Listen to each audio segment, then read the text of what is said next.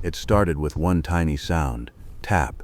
My orange cat Oliver froze mid-step. His ears shot straight up. His eyes went wide and round, locked on something I couldn't see. He turned his head toward the hallway, slow, deliberate. Then he looked back at me and let out one loud, dramatic meow, like he was reporting a crime in progress. I laughed. Then I heard it too. 5 minutes later, we were both crouched behind the same door, hearts pounding, wondering what on earth was waiting on the other side. If your cat has ever scared you for absolutely no reason, you already know exactly how this feels. Let me back up. Oliver is a rescue cat, orange, fluffy, and completely convinced he's the last line of defense between our house and total chaos. Most of the time he's wrong. A leaf hits the window, and he acts like the building is under siege. A car door slams outside, and he vanishes under the couch for 20 minutes. But every once in a while, Oliver is right, and when he's right, he's really right. That evening started like any other. I was relaxing in the living room, half watching TV, half scrolling my phone. Oliver was doing his usual thing, batting at a toy mouse he'd already destroyed twice that week. Then he stopped, not slowed down, stopped, completely still, like someone had hit pause on him. His tail, which had been flicking lazily a second before, puffed up to twice its normal size. He turned his head toward the hallway and stared at the closed bedroom door, like it had personally offended him. I sat up. "Oliver, what is it, buddy?" He didn't answer, obviously. But he didn't blink either. His eyes stayed fixed on that door, unwavering, like he was daring it to move first. I got up to check, and Oliver did something he almost never does. He followed me, not ahead of me, not confidently strutting into danger like some cats do in the movies. He stayed just behind my ankles, low to the ground, ears rotating like tiny satellite dishes trying to pick up a signal.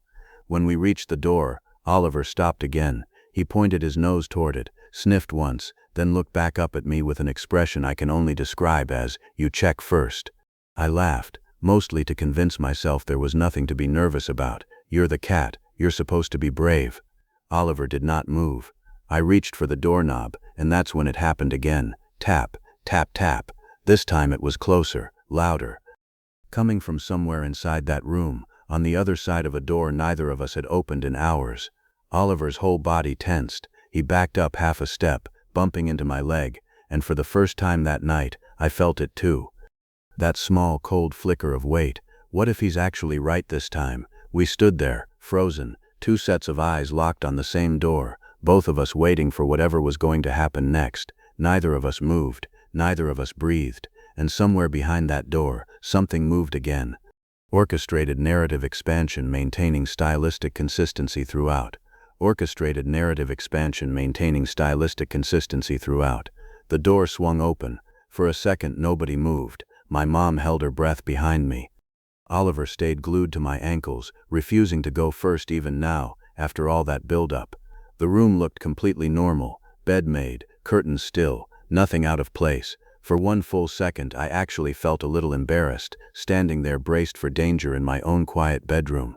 Then Oliver peeked around my leg, ears swiveling, nose working overtime. I stepped inside first. The floor didn't creak. The air felt still. Whatever had been tapping and scratching seemed to have vanished the moment we finally worked up the nerve to check. I almost laughed with relief. That's when something moved. A low hum kicked on near the closet, and a small round shape shot out from under the bed, gliding smoothly across the floor toward us. Oliver launched straight up into the air like he'd been fired out of a cannon. I screamed, not a small scream either. A full, undignified, wake the neighbors scream.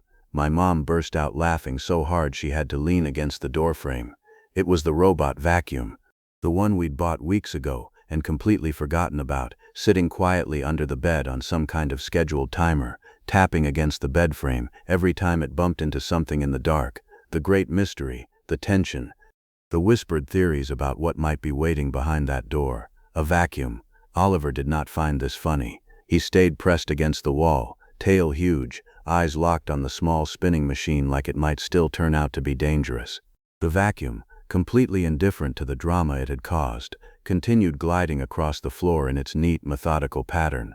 Slowly, cautiously, Oliver started to move, one paw forward, pause, another paw, pause. He crept toward it the same way he'd crept down the hallway earlier, low and careful, like the vacuum might lunge at any second. When he finally got close enough, he stretched out one paw and gave it a single careful poke. The vacuum, sensing the obstacle, changed direction. Oliver leapt backward so fast he nearly knocked over a lamp. My mom was practically in tears laughing at this point. I wasn't much better. All that fear, all that tiptoeing through the house, and the culprit was a $200 appliance with a spinning brush. But Oliver wasn't ready to let it go. Once he realized the thing wasn't chasing him, his fear started curdling into something else. Suspicion, maybe even a little bit of pride, like he'd known all along it was nothing and just wanted to make sure the rest of us understood the danger had been real. He followed it. Everywhere it went, he went. He'd get in front of it and stare it down until it rerouted around him. He'd sit just behind it, watching it work, occasionally reaching out to bat at its side, like he was testing whether it would fight back. At one point he planted himself directly in its path and let out a long, serious meow, the same tone he'd used on the bedroom door earlier, a warning, a final word on the matter. The vacuum, unbothered, simply turned and rolled around him. We stood in the doorway and watched the whole thing unfold, my mom still laughing, me still catching my breath from the scream that had probably terrified the entire street. For the next 20 minutes, Oliver stayed on patrol, trailing the little machine from room to room like he'd personally been assigned to supervise it. Every time it changed direction, he adjusted his position to match, never taking his eyes off it. By the time the sun started going down and the vacuum finally rolled itself back to its charging dock, Oliver sat a few feet away, watching it power down like he was making sure it actually stayed there. He didn't know it was just a machine following a schedule. As far as Oliver was concerned, he had just spent the entire evening protecting his family from something dangerous, and he had won. Acknowledged empty thinking, awaited substantive content processing. Acknowledged empty thinking, awaited substantive content processing. That night, Oliver got a hero's welcome. My mom pulled out his favorite treats, the little salmon ones he usually only gets on special occasions, and set them down in front of him like a reward ceremony.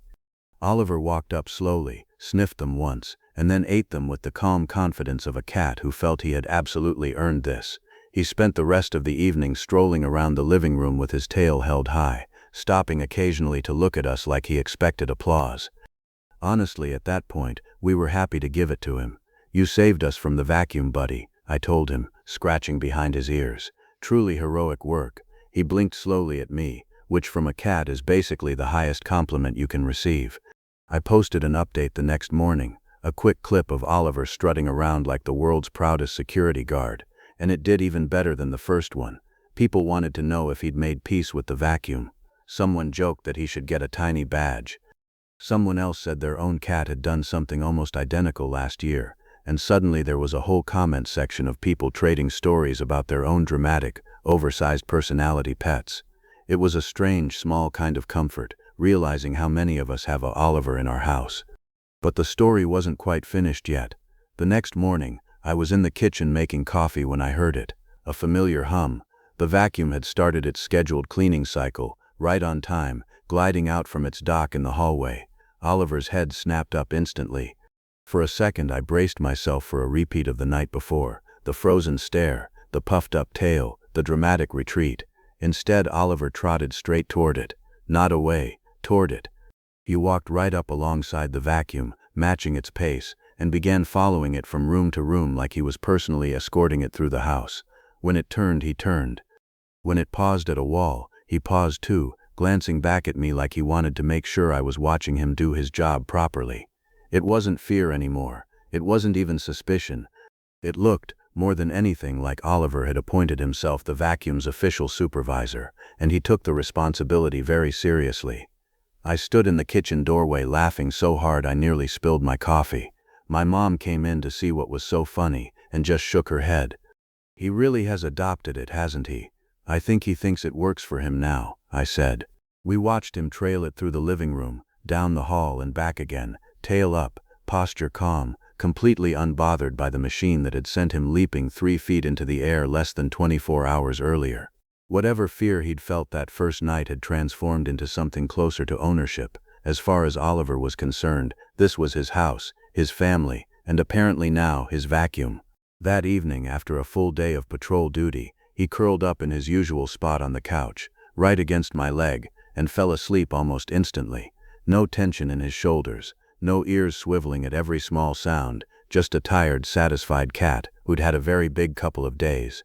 I sat there for a minute just watching him sleep, thinking about how the whole thing started with one tiny tap behind a door, and ended with a cat who now personally supervises household appliances. Oliver will never know what he actually heard that first night, or that the danger he was so sure he'd face down was really just a machine on a timer. But in his own mind, none of that matters. He kept his family safe, he solved the mystery, he earned every one of those salmon treats. And honestly, watching him sleep there, completely at peace, tail curled around his paws like nothing in the world could touch him, I think that's exactly what makes life with a cat like Oliver so hard to imagine living without.